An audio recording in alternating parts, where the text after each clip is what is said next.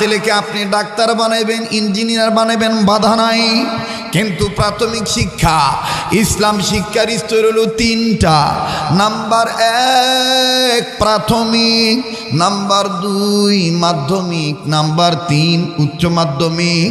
মাধ্যমিক উচ্চ মাধ্যমিক সবার জন্য নয়, সবাই আলেম হইতেই পারবে না, আবার সবাইকে আলেম হইতেই হবে এই কথাও কোথাও নাই।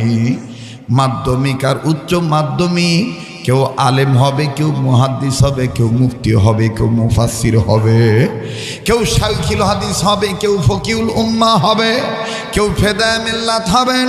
কিন্তু বাদান এটা সবার ক্ষেত্রে সম্ভব নয়। সবাই নূর হোসেন কাসিমি হইতে পারবে না, সবাই আসাদ মাদানি হইতে পারবে না, সবাই আরশাদ মাদানি হইতে পারবে না, সবাই আজিজুল হক রহমতুল্লাহ আলাইহি হইতে পারবেন না, সবাই সৈয়দ ফজলুল করিম রহমতুল্লাহ আলাইহি হইতে পারবেন না, সবাই শামসুল হক ফরিদপুরি রহমতুল্লাহ আলাইহি হইতে পারবেন না। আমার বন্ধুগণ, আমার ভাইরা, সবাই আজহার আলী আনোয়ার শাহ রহমতুল্লাহ আলাইহি হইতে পারবেন না। সবাই আমার পীর মুর্শিদ শাইখুল ইসলাম আহমদ শফি রহমতুল্লাহ আলাইহি হইতে পারবেন না। সবাই জুনায়েদ বাবু নগরী রহমতুল্লাহ আলাইহি হইতে পারবেন না। সবাই উজানির কারি ইব্রাহিম সাহেব রহমতুল্লাহ আলাইহি হইতে পারবেন না। সবাই মুফতি দেলোয়ার হইতে পারবেন না।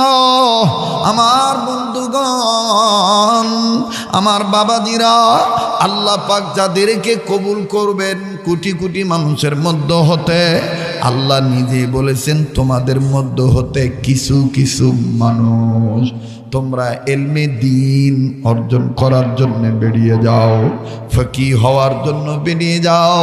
তাফাক্কাহু ফিদ্দীন, এটা হাদিসের ঘোষণা, রাসূলের ঘোষণা। এজন্য বাদান সংক্ষেপে বলি, সবাই মুফতি হইতে পারবে না।